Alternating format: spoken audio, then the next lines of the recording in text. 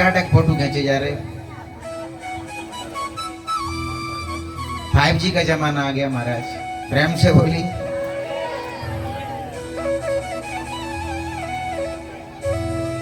तो भगवान श्री कृष्ण का अवतार चतुर्भुजी रूपों से जेल में हुआ।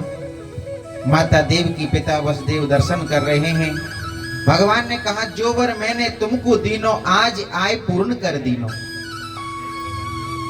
हे तात हे मात, जो वरदान मैंने आपको दिया था ना, आज पूरा कर दिया। आप हमें गोकुल पहुंचा दो। वसुदेव जी कहते हैं, महाराज मेरे हाथों में हथकड़ी, पैरों में बेड़ी, नार में तोक, पहरेदार गेट पर बैठे हैं, मैं कैसे लेके जाऊंगा। बोले चिंता मत करो, पहरेदार सो जाएंगे, जेल के ताले खुल जाएंगे, आपके हाथों की हथकड़ी टूट जाएंगी, आप मुझे गोकुल पहुंचा दो। वसुदेव जी ने कहा, कंस पूछेगा तो क्या कहूंगा, कह देना बोले सातवें घर में मेरी कन्या हुई है, पुत्र नहीं हुआ। पैदा होने से पहले झूठ बोलना सिखा दिया भगवान ने, प्रेम से बोले। तो आज मेरे बाल कृष्ण छोटे से रूप में प्रकट हुए। मोटी मोटी आंखें हैं, घुंघराले बाल हैं, सुंदर सा चेहरा है। वसुदेव जी महाराज सूप में लेकर के आज कन्हैया को जा रहे हैं। बड़ा अच्छा भाव है, बड़े ध्यान से सुनना। जिस दिन रात्रि को भगवान जमुना में प्रवेश करके जा रहे थे ना, भादों का महीना था, रात्रि के 12 बजे बारिश हो रही थी।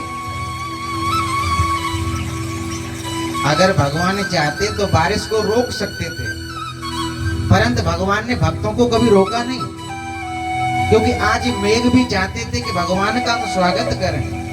रात को फूल नहीं बरसा सकते तो बूंदों से स्वागत करें।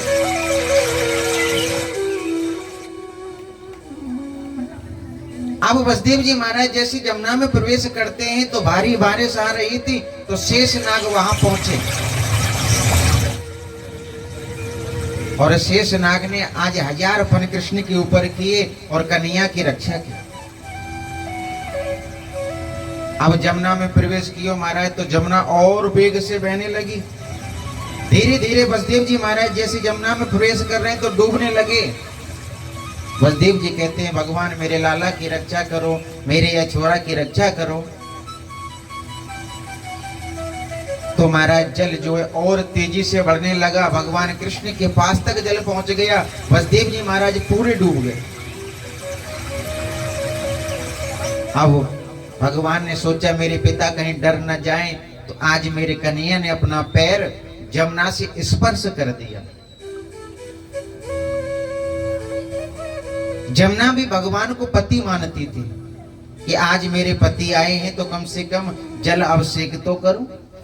तो छूते चरण लौट गए जमुना, हंस गए और रसिया।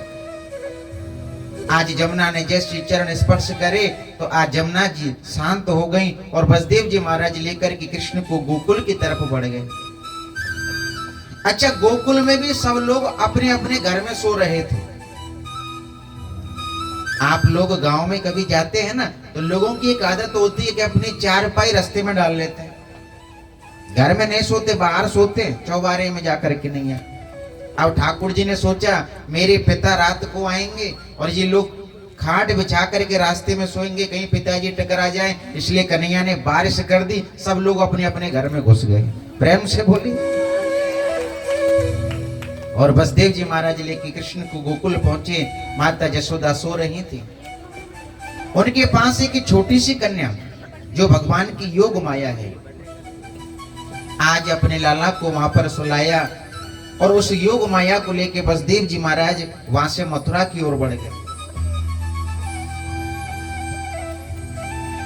प्रातः काल जब हुआ, बाबा नंद की 2 बहन थी, नंदा और सुनंदा। इसको मत देखियो, पल्लम कोई देखियो।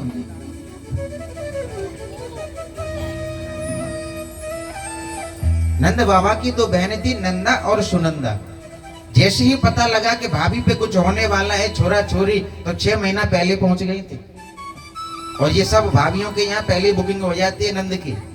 जब कोई बालक को नंबर आवे कि छोरा भाई तो सोने की चैन मिलेगी और छोरी भाई तो कछु लड्डू मिल जाएंगे। क्योंकि जाके जहाँ छोरा हुआ ना, कोई ऐसे सीना तान के मुंह चुप करके गए मैं छोरा हुआ है, और छोरी हो तो ना मूछ नीचे कर ले बोले छोरी भाई है। भाग्यशाली होती है जिनकी पहली कन्या होती है। प्रेम से बोलिए। तो दोनों ने जोर से थाली को बजाया। नंदा और सुनंदा थाली बजाने लगी, जय जयकार होने लगी। नंद बाबा को पता लगी कि मेरे 85 वर्ष में एक लाला भयो है। आप जोर से ताली बजाइए, लाला भयो है।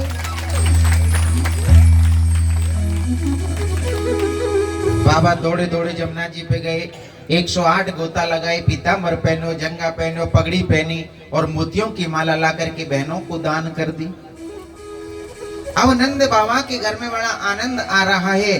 बड़े बड़े दूर से देवी देवता दर्शन के लिए आ रहे हैं। के हैं आनंद नंद बाबा के, द्वारे सभी चलना।